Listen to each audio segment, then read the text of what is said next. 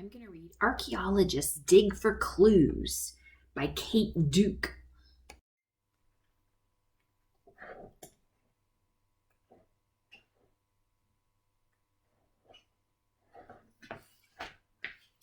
On our summer vacation, we got to go on a dig with our friend Sophie. She's a scientist, an archaeologist. She hunts for places where people once lived.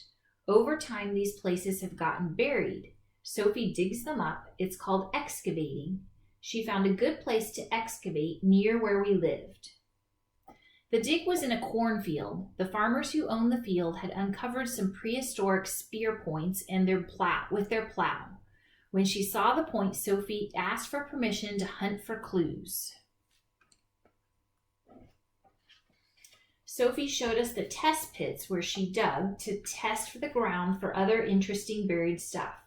In some of the pits, she found more spear points. They were in a layer of dirt that was darker than the dirt above it. The dark earth was important. It was a sign that people who had lived on that spot long ago. Sophie needed to know how old the dig site was, so she sent some pieces of burned wood from the dark dirt layer to the archaeology lab. A carbon dating test which measured chemicals in the wood showed that it was 6,000 years old. That meant the people who had burned the wood in their campfires had lived in Archaic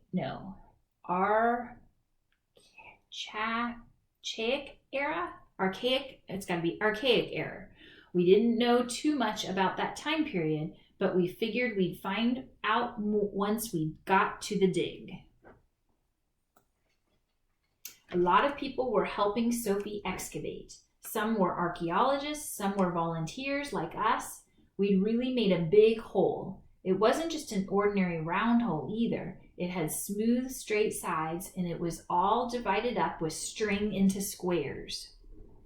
Archaeologists always dig square holes. That's because they're scientists. Their digging is scientific digging, neat and organized. And being organized makes it easier for them to keep records of where they make each find.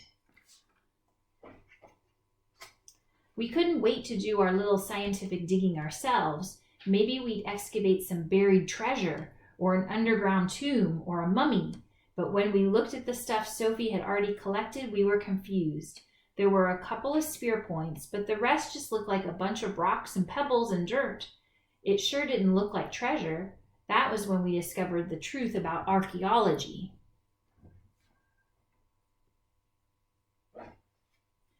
The truth was a shock. Archaeologists hardly ever find treasure. They aren't even trying to. They're interested in ordinary things that belong to ordinary people. They even care about the stuff that people of the past dropped or lost or threw away. In other words, garbage. Archaeologists love ancient garbage. They even have a special name for it, midden. When they study it and test it, they can find out all kinds of things about other people, about the people it once belonged to. So archaeologists are more like detectives than treasure hunters. They're trying to uncover the whole story of how people lived in the past as truly as they can. So Sophie's dirt wasn't just dirt. It had bits of 6,000-year-old archaic garbage in it. There were little pieces of bones and shells. They showed what animals the archaic people hunted, and even littler specks of black charcoal showed what plants they ate. Those specks once had been seeds and nutshells. They had fallen into the fire and burned while being roasted for somebody's dinner, one day, thousands of years ago. Sophie's rocks weren't just rocks either. They were artifacts. An artifact is anything at all that people have made. Someone in archaic times had turned those rocks into artifacts by making them into tools and weapons. Artifacts and midden are clues to the past, and like detectives at a crime scene, archaeologists at a dig try not to break or disturb anything that might be evidence. They use tools that can excavate finds gently, and they never ever take a find away from a dig without first marking down exactly where it came from. Knowing where something was found can help explain why it was there and what it was used for. Finally, we were ready to start digging. Sophie gave us each a tiny little trowel to work with, no shovels. Archaeologists use tools that can excavate artifacts gently. She told us to scrape the dirt up lightly, taking off only the tiniest layer at a time. After that, we learned how to screen the dirt we'd collected to be sure we hadn't missed any tiny artifacts or midden. There's the screen. We worked for hours and we got really hot and sweaty. Then finally we found our first artifact. It was an archaic awl. An awl is like a needle without the hole at one end. Let's see, here you go. There it is. An archaic person had probably used it to sew pieces of leather into clothing. And she says, Eureka! We held it in our hands and thought about how no one had touched it for all those thousands of years until now. Next, we found a row of dark spots on the ground. We didn't think they were important, but Sophie did. She knew right away that they were marks left by the wooden post that had held up archaic person's house. We wondered if spots could be artifacts too, but Sophie said a find like this is called a feature. A feature is like an artifact because it's something made by people, but it's also a place. Roads, buildings, swimming pools, cemeteries, and parking lots are all features. Archaeologists like finding features because they're good clues to where things happen. Our feature, the post hole spots, told us where a family had once lived. I should say this is them building their house. It was more of a grass hut house. The next thing we worked on was the coolest of all. It was a grave with a skeleton in it, a dog skeleton. A pebble with a hole drilled in it lay by the dog's neck, and under the skeleton there was charcoal from a fire. We wondered if the pebble had once hung on a collar and why the dog had been buried in the ashes. It was mysterious and spooky to think about. Excavating a skeleton is tricky. You can't let any of the bones move out of place. Sophie showed us a special way to do it. It was late when we finished, time to stop digging. Sophie said, but not to stop working. We measured our finds and drew them and photographed them and bagged them and labeled them. Next, Sophie handed us all clipboards and pencils. We were finding out fast that archaeology isn't just excavating.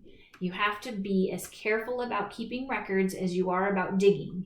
We wrote down exactly what we'd find and exactly where we'd found it. Sophie marked everything on the archaeological map she was making for the whole dig. When we looked at it, we could see why it mattered where you found stuff as much as what stuff you found. Every square on the map matched a square in the dig. The map shows us that our house had been part of a tiny village. We saw where each house had been and where the villagers had cooked their food and made their tools and dumped their garbage. There's the map. The map made it easy to imagine what the village might have looked like. It was a picture put together from the tiniest clues. Specks of dirt and stones and bones. We thought it was good detective work.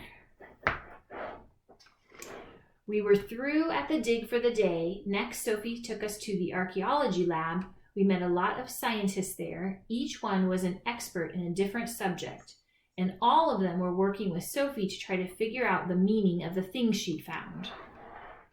The lab was packed with artifacts and samples waiting to be studied. Sophie said archaeologists spend even more time in the lab than they do in the field. We helped Sophie count the bags from our dirt to make sure none of them had been left behind. We wet screened samples of dirt and cleaned artifacts and measured them and put them into plastic bags and labeled them. Last of all, we entered all the facts about them into a computer. Our finds would never get lost, that was for sure. Now Sophie and her team could study them together with other clues from the dig. and maybe get some answers to their questions about what it was like to live in archaic times. We'd done a lot of hard work, but we were ready for more tomorrow. There are all kinds of archaeological digs out there just waiting to be discovered, and you never know what you might find in one square hole. The end.